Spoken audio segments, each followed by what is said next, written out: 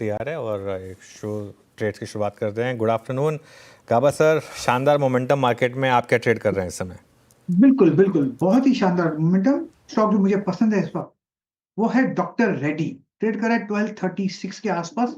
मेरे ख्याल से स्टॉप होना चाहिए करीब 1226, 10 रुपए का, ज्यादा नहीं। On the upside near term target 1250 के नजर आते हैं, और भी हाई जोन देखेंगे इसमें डॉक्टर रेड्डी में। प्रकाश गाबा सर की कॉल होगी डॉक्टर रेड्डीज, फर्स्ट कॉल 1237 पे डॉक्टर रेड्डी साहब। अब चलते हैं मनज जी के पास। मनज जी, क्या पिक कर रहे हैं आप?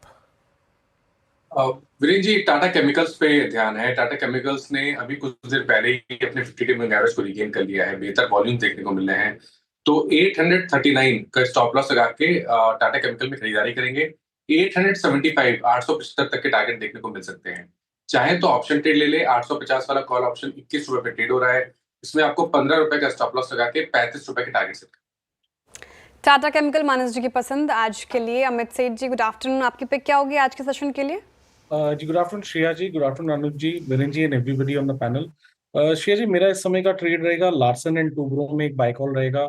यहाँ पे एक 2 दिन के रेस्ट के बाद हम मूव देख रहे हैं, sort of a flag breakout. इसे बाय करें। 3600 का स्टॉप लॉस रहेगा, 3600 का, और टारगेट्स हमारे रहेंगे 3750 के।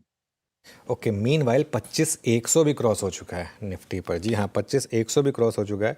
और मैं एक बार थोड़ा सा देखने की कोशिश कर रहा था कि उसके बाद अब सबसे ज़्यादा कॉल राइटर्स कहाँ बैठे हैं।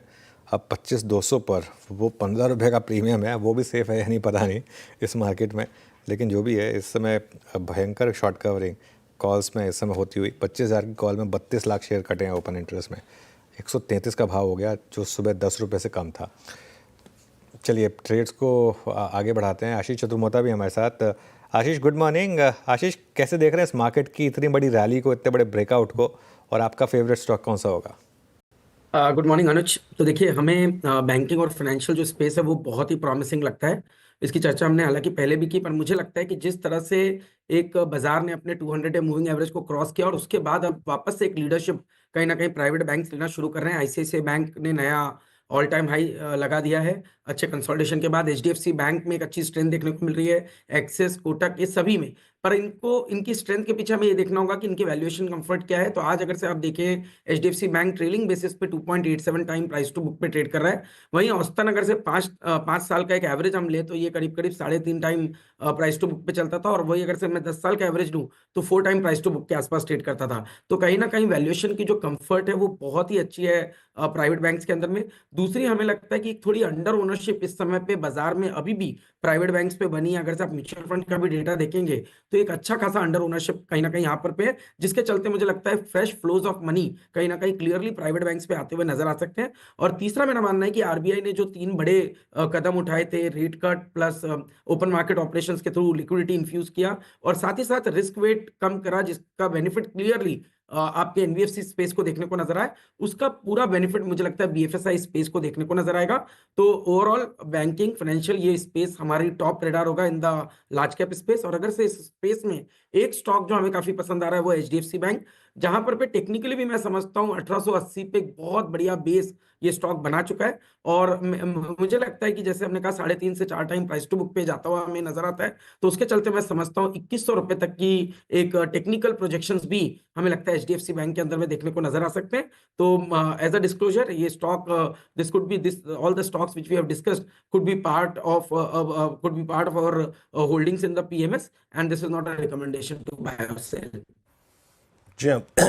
आज फंडामेंटल तड़का जो है वो बीच में लग गया, बट उसमें आपका टेक्निकल एस्पेक्ट भी था, तो उसमें टेक्निकल कमेंट्स भी आशीष जी ने कर दिए विद स्टैंडर्ड डिस्क्लेमर।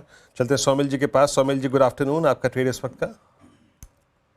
मेरा ट्रेड होगा दीपक नाइट्रेट पे, और दीपक नाइट्रेट में एक बेजिंग आउट पैटर्न का ऊपर की तरफ ब्रेकआउट हुआ है, और यहाँ पर मुझे लगता है कि जो स्टॉप लॉस लगा सकते हैं वो 1950 और टारगेट होगा 2250। 20 और 40 डेली मूविंग एवरेज की ऊपर चल रहा है, और मोमेंटम इंडिकेटर्स में भी फ्रेश बाय सिग्नल आया है।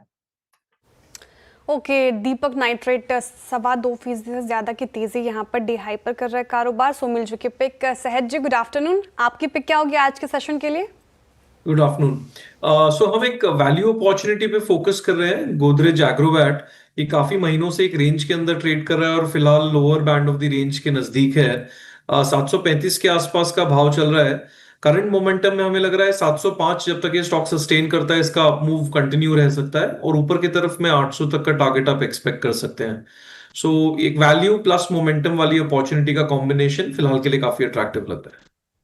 ओके, चलिए तो ये समय कोई आपके लिए ट्रेड्स, लेकिन वीरू 25,100 मेरे ख्याल से जब से वीकली एक्सपायरीज एक्सचेंज ने सिर्फ निफ्टी की करी हैं, तब से एक चीज़ अगर आपने नोटिस करी हो, मतलब मैंने नोटिस करी है कि वो महीने में एक वीकली एक्सपायरी में इस तरीके के मूव्स आते हैं और वो जनरली मिड मंथ में जो एक्सपायरी होती है जनरली उसमें आते हैं। पिछले महीने भी आई थिंक यही वाली एक्सपायरी थी जिसमें इस तरीके का मूव आया था। इससे तो कम था ऑब्वियसली, लेकिन था इसी तरीके का मूव वहाँ भी। हाँ, और अनुज आपने एक और बात देखी अनुज, आज अप्रॉक्सीमेटली 24,600 के आसपास निफ्टी बैंक में भी जब सुबुगाहट थी ना, नीचे शुरू हो गई थी। मैं देखा था 54,500 का पुट राइटर हिलने को तैयार नहीं था। बिल्कुल एक बात आपने गौर की होगी, और वो जब से, अच्छा एक बात अनुज आप ये देखिए कि वो भले ही निफ्टी बैंक पे वीकली ना हो, लेकिन उसका जो मंथली पुट राइटर और कॉल राइटर है ना, वो बड़ा अच्छा एक सेंस देता है कि यार ये ट्रेजेक्टरी को चेंज करने को तैयार नहीं है, कोलैप्स होने को तैयार नहीं है। वहाँ से एक सेंस अच्छा मिलता है ना। बिल्कुल। इनफैक्ट जो बात आपने कही ना, उसको अगर मैं थोड़ा लेमन टर्म में अपने दर्शकों को एक्सप्लेन करने की कोशिश करूं, इवन अगर आप आज निफ्टी का चार्ट देखें, फॉर एग्जांपल इंटरडे चार्ट लेकर आएँ, जो बात वीरू भी कहने की कोशिश कर रहे हैं। अब देखिए आज का लो था 24,494। अब 24,600 से लेकर 24,500 तक की जो गिरावट आई थी, उसमें अगर आप नोटिस करेंगे तो कॉल प्राइसेस नहीं गिर रहे थे और पुट प्राइसेस नहीं बढ़ रहे थे। तो वो पहला इंडिकेशन था कि मार्केट बस अब यहाँ से रिवर्सल के साइन दे रहा है। और उसके बाद जब एक बार निफ्टी ने 24,800 क्रॉस किया तो बड़ा मूव आया, और अब वीरू वो आपका वो 55,500 उसको भी हम स्ट्राइक करने जा रहे हैं। ऑलमोस्ट 55,450 पे आ चुके हैं बैंक निफ्टी पे, और अगर ये आपने निकाला आज 55,500 तो मुझे लग रहा है और 200-300 पॉइंट बैंक निफ्टी में एफर्टलेसली ऐड हो सकते हैं। इस तरीके का आप देखिए ना, आईसीआईसीआई बैंक को देखिए, कोटक, ये एचडीएफसी बैंक को देखिए, और अब एक्सिस बैंक भी अनुज इस पूरे के पूरे मतलब मूव में जुड़ गया। यानी अब जो चीज़ फोकस करने लायक, in fact look at SBI, look at Kotak, इस वक्त जिसे कहते हैं ना फायरिंग ऑल सिलेंडर्स,